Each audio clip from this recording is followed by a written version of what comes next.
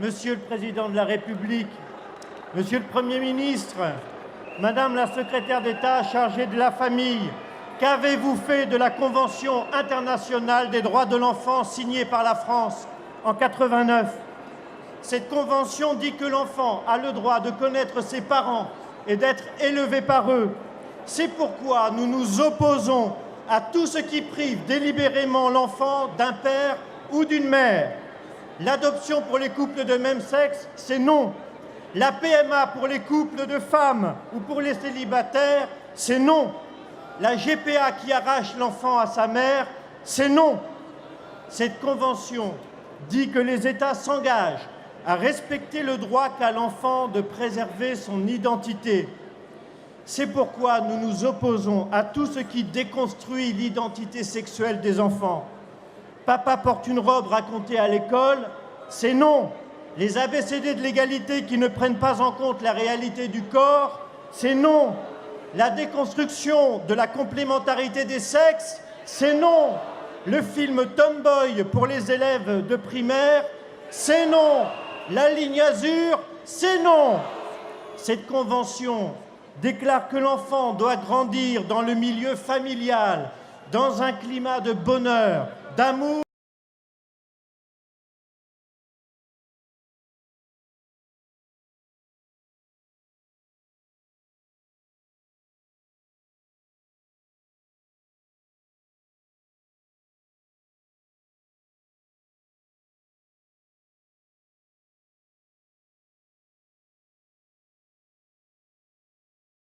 Le dernier rapport de l'UNICEF, paru il y a une semaine, est accablant pour la France.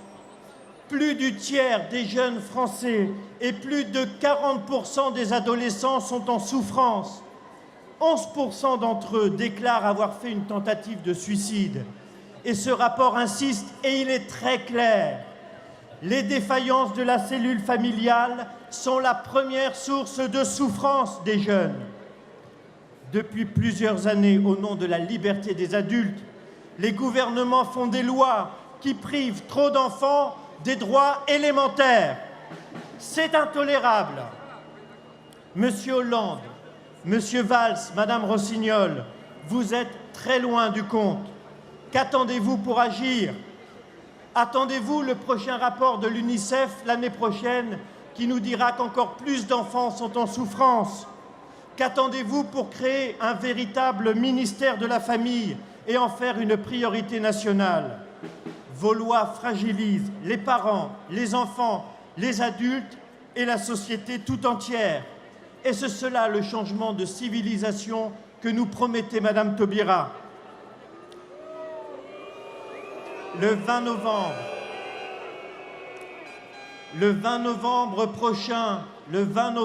prochain, c'est la journée internationale des droits de l'enfant. Vous ne voulez pas nous écouter, vous allez nous entendre. Et vous le savez maintenant, nous ne lâcherons rien.